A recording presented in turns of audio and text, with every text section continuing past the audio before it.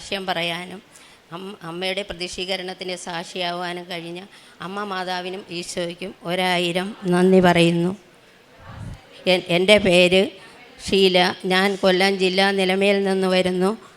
ഞാൻ ഉടമ്പടി എടുത്തത് 2024 നവംബർ 15-ാം തീയതിയാണ്. എൻ്റെ മരുമകൾ സജന, ഇത് എൻ്റെ മകളുടെ മകൾ നന്ദന, കൊച്ചുമകൻ അഥർവ്, എൻ്റെ മകൻ്റെ മകൾ ധൻഷിക.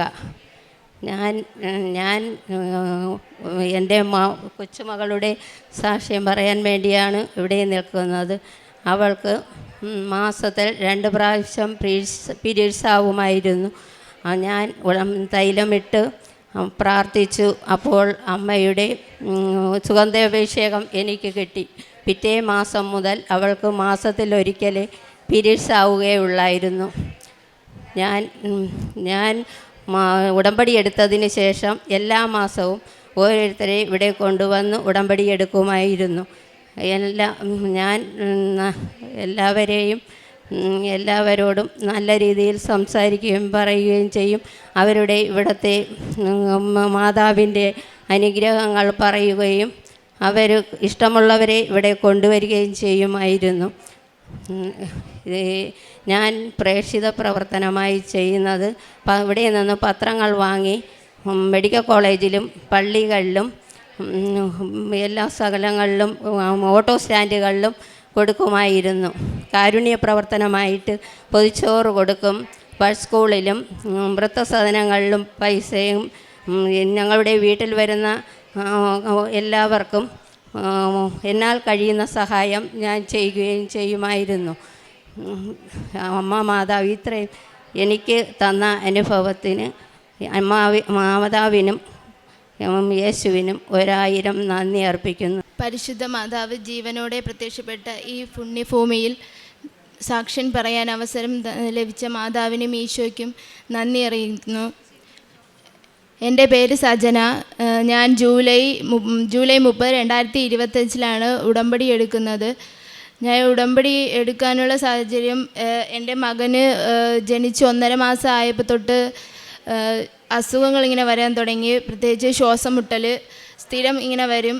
മാസത്തിൽ 2 പ്രാവശ്യമൊക്കെ ഹോസ്പിറ്റലിൽ പോവേണ്ട അവസ്ഥയാണ്.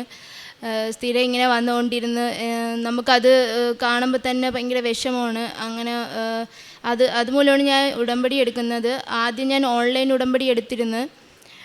എൻ്റെ വീട്ടിൽ അമ്മയൊക്കെ ഉടമ്പടിയിലാണ്. ഞാൻ ഉടമ്പടി എടുക്കുന്നതിന് മുന്നേ മോനെയും കൊണ്ട് ഇവിടെ ഒരു ദിവസം വന്നതിന് ശേഷം ഞാൻ മാതാവിനോട് പറഞ്ഞു, ശ്വാസം മുട്ട് ഇങ്ങനെ ഉള്ളതുകൊണ്ട് ഡോക്ടർ പറഞ്ഞായിരുന്നു ഇൻഹേലർ ഉപയോഗിക്കേണ്ടി വരുമെന്ന് പറഞ്ഞായിരുന്നു. അപ്പം ഇൻഹേലർ ഉപയോഗിക്കേണ്ടി വരരുതേ എന്ന് മാതാവിനോട് പ്രാർത്ഥിച്ചിട്ടാണ് പോയത്. നമ്മളിവിടെ നിന്ന് അങ്ങ് ചെന്നതിന് ശേഷം മോന് വീണ്ടും വയ്യാതായി. അവനെ ഹോസ്പിറ്റലിൽ അഡ്മിറ്റ്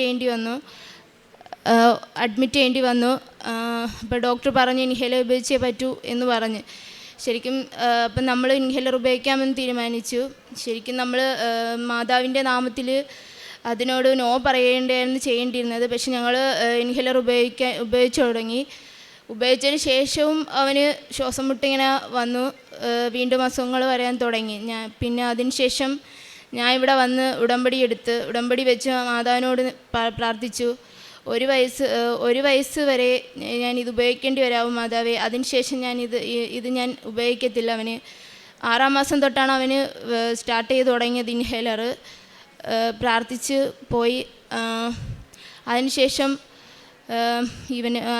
മോന് ഞാൻ ഇൻഹേലർ ഉപയോഗം ഞാനങ്ങ് സ്റ്റോപ്പ് ചെയ്ത്. ഡോക്ടർ പറയുമ്പോൾ ഞാനങ്ങ് സ്റ്റോപ്പ് ചെയ്ത്. ഇവിടെ നിന്ന് കിട്ടിയ നേർച്ച വസ്തുക്കൾ, ഉടമ്പടി തൈലം ഞാൻ ഇന്നും അവന് നെറ്റിയിലും മൂക്കിലും നെഞ്ചിലുമൊക്കെ വരച്ച് വിശ്വാസപ്രമാണം ചൊല്ലി പ്രാർത്ഥിക്കും. അതിൻ്റെ ഫലമായിട്ട് ഫർദർ ചെക്കപ്പിന് ഡോക്ടർ ചെല്ലുമ്പോഴത്തേക്കും ഡോക്ടർ ബെറ്റർ ആണെന്ന് പറഞ്ഞു. ഇൻഹേലർ കുറേശ്ശെ ഇൻഹേലർ ഇത് ഡോസ് കുറച്ചാണ് സ്റ്റോപ്പ് ചെയ്യുന്നത്. ഡോക്ടർ അങ്ങനെ ഡോസ് കുറച്ച് സ്റ്റോപ്പ് ചെയ്യാൻ പറഞ്ഞു. പക്ഷേ ഞാൻ നേരത്തെ തന്നെ സ്റ്റോപ്പ് ചെയ്തായിരുന്നു. ഇപ്പോൾ അവന് ആസ്മയുടെ യാതൊരു പ്രശ്നങ്ങളും ഇല്ല. ഈ അനുഗ്രഹം തന്നത് മാതാവാണ്. മാതാവിന് ഈശോയ്ക്ക് നന്ദി. ഇപ്പോൾ ഇൻഹേലർ 1 വയസ്സാവുന്ന മുമ്പ് തന്നെ എനിക്ക് അവൻ്റെ ഇൻഹേലറിൻ്റെ ഉപയോഗം നിർത്തേണ്ടി വന്നു. ഇൻഹേലർ നിർത്തി. പിന്നെ അതോടൊപ്പം തന്നെ മോന് അനീമിക്കുമായിരുന്നു. അവൻ അനീമിയയുടെ പ്രശ്നം ഉണ്ടായിരുന്നു. ബ്ലഡ് ടെസ്റ്റ് HB 10.5 9.5 അങ്ങനെയൊക്കെ ആയിരുന്നു. അപ്പോൾ ഡോക്ടർ മെഡിസിൻ കൊടുക്കണമെന്ന് പറഞ്ഞു. ആദ്യം ഒരു പ്രാവശ്യം ഇതിനുള്ള മെഡിസിൻ കഴിച്ചായിരുന്നു. എന്നിട്ട് അവന് മാറ്റമൊന്നുമില്ലായിരുന്നു. ഉടമ്പടി എടുത്തതിന് ശേഷം വീണ്ടും ഇതുപോലെ ഇതിന് ശേഷം വീണ്ടും ബ്ലഡ് ടെസ്റ്റ് ചെയ്തപ്പോൾ അനീമിക്കാണ്, മരുന്ന് കൊടുക്കണം, 3 മാസം കൊടുക്കണമെന്ന് പറഞ്ഞു. ഞാൻ 2 ദിവസം മരുന്ന് കൊടുത്തു. അതിനുശേഷം ഞാൻ കൊടുത്തില്ല. ഇതുപോലെ ഉടമ്പടി ഉപ്പ് അവന് കുടിക്കുന്ന വെള്ളത്തിൽ ഞാനിട്ട് വിശ്വാസപ്രമാണം ചൊല്ലി ഡെയിലി കൊടുക്കുമായിരുന്നു. കഴിഞ്ഞ മാസം ബ്ലഡ് ടെസ്റ്റ് ചെയ്തപ്പോൾ അവന് 11.5 ആയിട്ട് മാതാവ് അത് ഉയർത്തി തന്നു. ഇപ്പോൾ അവന് ഒരു പ്രശ്നവുമില്ല. ഇതുപോലെ വലുതും ചെറുതുമായ ഒത്തിരി അനുഗ്രഹങ്ങൾ മാതാവ് ഞങ്ങൾക്ക് തരുന്നു. പിന്നെ പ്രേക്ഷിത പ്രവർത്തനമായിട്ട് ചെയ്യുന്നത്, ഇവിടെ വരുമ്പോഴത്തേക്ക് പത്രം മേടിച്ച് കൊണ്ടുപോയി മെഡിക്കൽ കോളേജുകളിലും മെഡിക്കൽ കോളേജിലും ബസ് സ്റ്റാൻഡ്, ഓട്ടോ സ്റ്റാൻഡ് അവിടേക്ക് കൊടുക്കാറുണ്ട്. ആദ്യമൊക്കെ പത്രം കൊണ്ട് കൊടുക്കുമ്പോൾ നമുക്ക് കൊടുക്കാനൊരു ബുദ്ധിമുട്ടായിരുന്നു. ആൾക്കാർ എന്ത് പറയും അങ്ങനെയൊക്കെ ഉള്ളതായിരുന്നു. ഇപ്പം അങ്ങനെയൊന്നുമില്ല. പിന്നെ ഒരുപാട് പേര് കളിയാക്കാറുണ്ട്. ഞങ്ങൾ ഇങ്ങനെ ഹിന്ദുക്കളായിട്ട് ഇങ്ങനെ ഇപ്പം നീ ഇതിലാണോ എന്നൊക്കെ ചോദിച്ച് ഒത്തിരി പേര് കളിയാക്കാറുണ്ട്. പിന്നെ ഡെയിലി ബ്രെഡ് കാണാറുണ്ട് ഡെയിലി. പിന്നെ അച്ഛൻ്റെ ഉടമ്പടി ധ്യാനം കേൾക്കും. അത് നമ്മൾ മിസ് ചെയ്യാറില്ല. അത് ഷെയർ ചെയ്യാറുണ്ട്. കാരുണ്യപ്രവൃത്തി ചെയ്യുന്നത് വൃദ്ധസദനത്തിൽ പോവും. അവിടെ കൃപാസനത്തെ പറ്റി നമ്മൾ പറയും. പിന്നെ അവിടുത്തെ അമ്മമാർക്ക് ഒരു ദിവസത്തെ ഫുഡിൻ്റെ ക്യാഷ് കൊടുക്കും. പൊതിച്ചോറ് കൊണ്ടുപോയി ഹോസ്പിറ്റലിലും റോഡിലൊക്കെ ഉള്ള ഇല്ലാത്തവർക്കൊക്കെ കൊടുക്കാറുണ്ട്. കയ്യിലുള്ളത് ആരെങ്കിലുമൊക്കെ വന്ന് സഹായം ചോദിക്കുമ്പം കൊടുക്കാറുണ്ട്. ഇത്രയും അനുഗ്രഹങ്ങൾ തന്ന അമ്മയ്ക്കും മാതാവിനും ഒരുപാട് നന്ദി. പിന്നെ ബൈബിള് വായിക്കാറുണ്ട്, ജപമാല ചൊല്ലും. നമ്മൾ ഇവിടെ കൃപാസനത്തിൽ വരുന്നതിന് മുന്നേ അമ്മയൊക്കെ ഹസ്ബൻഡിൻ്റെ വീട്ടുകാർ നേരത്തെ തന്നെ പള്ളിയിൽ പോവുമായിരുന്നു. ഈശോയോട് പ്രാർത്ഥിക്കുന്നവരായിരുന്നു. അപ്പം ഞാനും പോവായിരുന്നു. അപ്പോൾ അവിടുത്തെ ബ്രദർ പറയും ബൈബിള് വായിക്കണമെന്ന് പറയും. പക്ഷെ ഞാൻ വായിക്കാറില്ല. ഞാൻ എന്തിനാ വായിക്കുന്നേ എന്നൊക്കെ വിചാരിക്കും. പക്ഷേ ഇപ്പം ബൈബിള് വായിച്ചപ്പോഴാണ് മനസ്സിലായത് അന്ന് വായിക്കാഞ്ഞത് തെറ്റായിപ്പോയി. ബൈബിള് വായിക്കുമ്പോഴാണ് ഈശോയോട് കൂടുതൽ അടുക്കാൻ പറ്റിയത്, കൂടുതൽ അറിയാൻ പറ്റിയത് ക്രൈസ്തവ ഇതിനെ പറ്റി. ആദ്യം കൃപാസനത്തെ പറ്റി ഞാൻ ഇതിനു മുന്നേ 6 വർഷം മുന്നേ കേട്ടിട്ടുണ്ടായിരുന്നു. എൻ്റെ ഒരു ഫ്രണ്ട് ഇതുപോലെ നിന്ന് സാക്ഷ്യം പറയുന്നത് ഞാൻ ഫേസ്ബുക്കിലൂടെ കണ്ടു.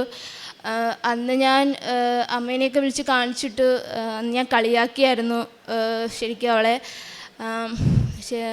അതിനുശേഷം കുറേ നാൾ കഴിഞ്ഞപ്പോൾ സെയിം എനിക്കും അതുപോലെ അവൾ അന്ന് പറഞ്ഞ എന്താണോ സാക്ഷി അതുപോലെ ഒരു അനുഭവം എനിക്കും വന്നു എൻ്റെ വീട്ടിലത്തേക്ക്. അപ്പം ഞങ്ങൾ പറഞ്ഞാണ് എൻ്റെ വീട്ടുകാർ ഉടമ്പടിയിൽ എടുത്തത്. അന്ന് എനിക്ക് മനസ്സിലായി അന്ന് ഞാൻ കളിയാക്കിയോണ്ടാവാം ഇന്ന് ഇങ്ങനെ ഒരിത് വന്നത്. പിന്നെ ഒത്തിരി സങ്കടങ്ങളൊക്കെ ഉണ്ടായിരുന്നു. അതിനെ ഓർത്തൊക്കെ ദുഃഖമായിരുന്നു. പക്ഷേ ഇപ്പം അതൊക്കെ മാറി വരുന്നു. കാരണം അത്രയും സങ്കടങ്ങൾ വന്നതുകൊണ്ടാണ് നമ്മൾ കൃപാസനത്തിലെത്തിയത്, എത്തിച്ചേരാൻ സാധിച്ചല്ലോ. അത് ഓർത്ത് സങ്കടങ്ങൾ മറക്കാറുണ്ട്. ഈശോയ്ക്കും ഒരിക്കൽ കൂടി നന്ദി പറയുന്നു. ജ്ഞാനത്തിൻ്റെ പുസ്തകം 16-ാം അധ്യായം 12-13 തിരുവചനങ്ങൾ. കർത്താവേ, മരുന്നോ ലേപനമോ അല്ല, എല്ലാവരെയും സുഖപ്പെടുത്തുന്ന അങ്ങയുടെ വചനമാണ് അവരെ സുഖപ്പെടുത്തിയത്. ജീവൻ്റെയും മരണത്തിൻ്റെയും മേൽ അങ്ങയ്ക്ക് അധികാരമുണ്ട്. മനുഷ്യരെ പാതാള കവാടത്തിലേക്ക് ഇറക്കുന്നതും അവിടെ നിന്ന് വീണ്ടെടുക്കുന്നതും അവിടുന്നാണ്.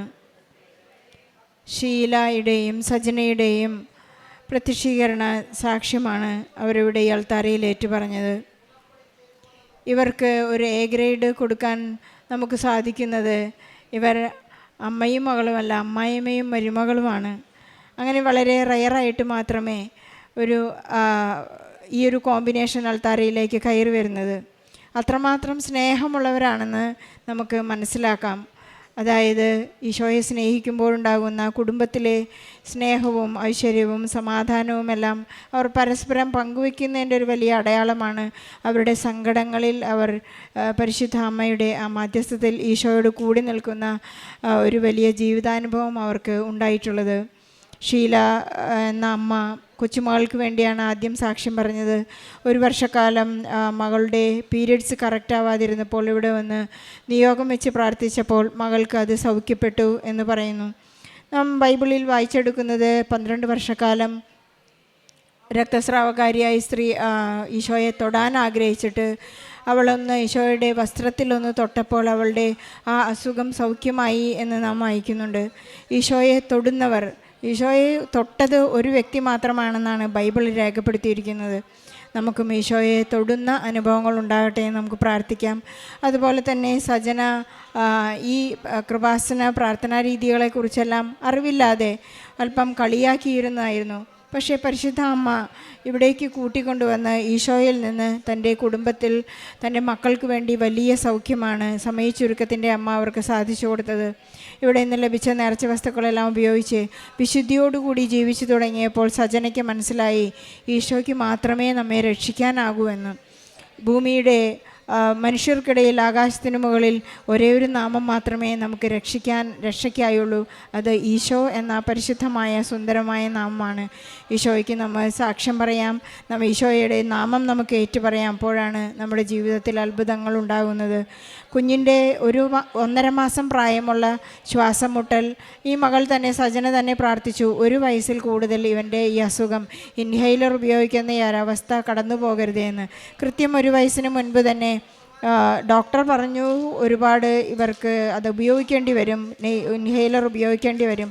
പക്ഷേ നേർച്ച വസ്തുക്കളുടെ ഉപയോഗം മൂലം ഈ മകൾക്ക് മനസ്സിലായി ഈശോ തന്നെ ഈ കുഞ്ഞിനെ സൗഖ്യപ്പെടുത്തുമെന്ന്. യാതൊരു അസുഖങ്ങളുമില്ലാതെ അമീബിക്കായിരുന്നു. അതെല്ലാം അനീമിക്കായിരുന്ന അവസ്ഥയിൽ നിന്നും എല്ലാ ശാരീരിക അസ്വസ്ഥതകളിൽ നിന്നും ബ്ലഡ് കൗണ്ട് കുറഞ്ഞ എല്ലാ അവസ്ഥയിൽ നിന്നും ഈ കുഞ്ഞിനെ സൗഖ്യപ്പെടുത്തി ഇന്ന് അൾത്താരയിൽ നിൽക്കുകയാണ്. നമുക്ക് ഈശോയ്ക്കും പരിശുദ്ധ അമ്മയ്ക്കും നന്ദി പറയാം. ആസ്മയുള്ള കുട്ടികൾ വളരെ സങ്കടത്തോടുകൂടിയാണ്, എപ്പോഴും ഒരു ആശങ്കയോടുകൂടിയാണ് അവരുടെ ജീവിതത്തെ നോക്കിക്കാണാറ്. നമുക്ക് ജീവിതത്തിൽ നൽകുന്ന പരിശുദ്ധ അമ്മയുടെ മധ്യസ്ഥതയിലൂടെ ഈശോ നമുക്ക് നൽകുന്ന എല്ലാ സൗഖ്യത്തിനും നന്ദി പറഞ്ഞുകൊണ്ട്, ഷീലയുടെ കുടുംബത്തിന് നൽകിയ എല്ലാ അനുഗ്രഹങ്ങൾക്കും നന്മകൾക്കും നന്ദി പറഞ്ഞുകൊണ്ട് നമ്മുടെ എല്ലാ നിയോഗങ്ങളെയും ഈ സാക്ഷ്യത്തോട് ചേർത്ത് വെച്ച് ഈശോയ്ക്കും പരിശുദ്ധ അമ്മയ്ക്കും നല്ലൊരു കയ്യടി നൽകി ഈ സാക്ഷ്യം നമുക്ക് സമർപ്പിക്കും. അത്യപൂർവ ദൈവാനുഭവങ്ങൾ ഇനി നിങ്ങൾക്കും സ്വന്തം. ഈ യൂട്യൂബ് ചാനൽ ഇതുവരെ സബ്സ്ക്രൈബ് ചെയ്തിട്ടില്ലെങ്കിൽ ഇപ്പോൾ തന്നെ സബ്സ്ക്രൈബ് ചെയ്യുക. ഈ വീഡിയോ ഇപ്പോൾ തന്നെ നിങ്ങളുടെ സുഹൃത്തുക്കൾക്ക് ഷെയർ ചെയ്തുകൊണ്ട് കർത്താവിൻ്റെ പ്രേക്ഷിതരാകുക.